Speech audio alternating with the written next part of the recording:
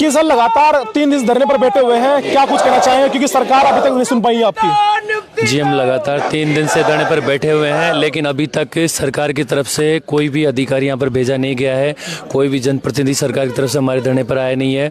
हम 3 दिन से लगातार इस भीषण सर्दी में इसमें हम यहाँ बैठे हुए हैं। हमारे साथी हमारी महिला साथी भी, उनके छोटे बच्चे भी हैं, इनके साथ भी कोई दुर्घटना हो सकती है, रात को बीमार हो जाएं। तो हम सरकार से निवेदन करते हैं कि हमारे मामले को संज्ञान में लेते हुए हमारी जल्द से जल्द नियुक्ति सूची जारी करें, क्योंकि हम पिछले 2 साल से हमारी भर्ती चल रही है, 2022 में चली, फिर कांग्रेस सरकार ने वोट बैंक के खातिर हमारी भर्ती की अंतिम सूची जारी नहीं की और हमने उसका विरोध करते हुए पुरजोर तरीके से भाजपा सरकार का हमने समर्थन दिया और उसी स्वरूप अच्छे बहुमत के साथ सरकार बनी। और उसके बाद हम पिछले 1 महीने से मुख्यमंत्री से लेके विधायकों के जरिए हर तरीके से मंत्री महोदय सबसे मिल चुके। हमने ज्ञापन के जरिए सरकार के सामने हमारी मांग रख दी है और सिर्फ वहां से आश्वासन मिल रहा है कि अधिकारी काम करेंगे। अधिकारी कहते हैं कि मंत्री जी से हमें जवाब मिलेगा तब हम काम करेंगे, जबकि हमारा सारा काम कंप्लीट है। हमें सिर्फ नियुक्ति देनी है। कुछ साथी जो बाहर से डिग्री कर रखे हैं उनका रिजल्ट होल्ड पे रखा है, जो कि बेसिक प्रक्रिया हर बार रखते हैं। 13 में भी रखा था, 18 में रखा था, तो उनका आप लेटर जारी करके उनकी जांच करा के तुरंत हमें नियुक्ति दो।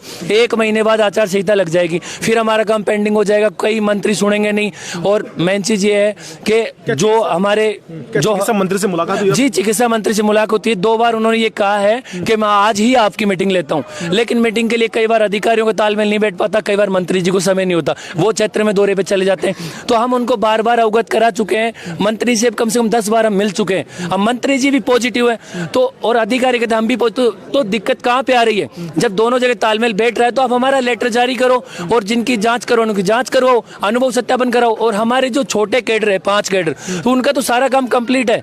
आप उनकी तो आज ही आप अंतिम सूची जारी कर सकते हो, नियुक्ति दे सकते हो, लेकिन क्यों ये कार्रवाई क्यों नहीं हो रही है? तो हम आज यहाँ पे लगभग हमने इस सरकार को इतना पूर्ण बहुमत दिया है। सब एक विचारधारा जो पार्टी विशेष होती है उसी विशेष पार्टी के हम विचारधारा के लोग, तो हमारे साथ अन्याय क्यों हो रहा है इतना? अच्छा, जब सरकार में वहाँ वित्तीय सरकार जो पिछली सरकार गहलोत सरकार थी, बढ़ती है उसी वक्त की, तो नियुक्ति उस वक्त क्यों नहीं हो पाई? क्या कारण? जी, कारण ये था कि पहले तो उन्होंने 22 में भर्ती निकाली, उसको लटका के रखा चुनावों तक, भाई हमें वोट बैंक मिल सके, हम सरकार दोबारा रिपीट कर सके।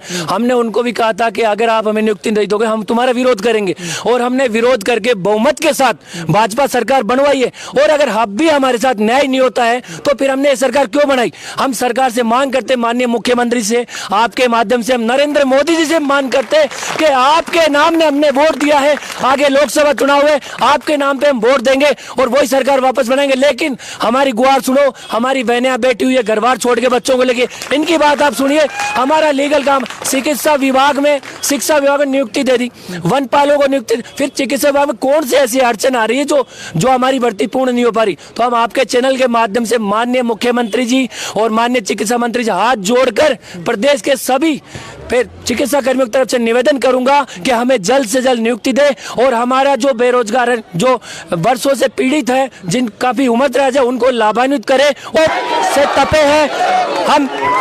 हमने अल्प वेतन पर कार्य किया है। हम सरकार से मांग करते हैं कि जब कोरोना जैसी महामारी में हमने अपनी जान दांव पे लगा काम किया है, जब भाई का सगा नहीं था तब हम मरीज के सगे थे, तो आज सरकार को वो चीजें दिखाई क्यों नहीं दे रही जब हमारे ऊपर फूल बरसाए थे? आज अगर हमें हमारा भला करना है तो हमें नियुक्ति दो। पिछली सरकार ने हमारे साथ वादा खिलाफी करी, उसका नतीजा उनको भुगतना पड़ा है, लेकिन हमने पार्टी को समर्थन दिया, इसको जिताया। हम उम्मीद करते हैं कि हमें इनके राज में नियुक्ति मिलेगी और हमारे जो बेरोजगारी का टप्पा लगा हुआ है वो हटेगा। हम आदरणीय नरेंद्र मोदी जी, भजनलाल जी, मंत्री जी सबसे निवेदन करते हैं कि हमारी मांगे पूरी करें और जल्द से जल्द जो बेरोजगार साथी है उनको रोजगार दिलाकर उनको लाभान्वित करें। ये छोटे छोटे बच्चे आप देखिए, इनका भला होगा जब इनकी माएँ परमानेंट होगी। इनके घर पे पूरे माँ बाप आस लगाए बैठे, मेरे घर पे ये कोरोना काल के अंदर यही लोग थे जिन्होंने घूम फिरकर पूरे राजस्थान को नंबर 1 मॉडल बनाने की कवायद शुरू की थी। आज इन्हीं लोगों को नौकरी के लिए दर दर भटकना पड़ रहा है। पिछली सरकार में भर्ती तो निकाल दी, पर आचार संहिता का हवाला देते हुए इनकी भर्ती या नियुक्ति इनकी रोक दी गई। अब फिर जैसे ही सरकार बनती है, अब कहा गया कि आश्वासन दें कि हम वापस नियुक्ति करेंगे, पर अब 1 महीने बाद फिर आश्वासन लगने वाली है। फिर 3 महीने तक यही लोग वापस है वो धरने पर बैठेंगे। ये कहीं ना कहीं सरकार पर गाल पे तमाचा होगा, क्योंकि जो लोग हैं वो धरने पर बैठे हुए एक बार फिर वापस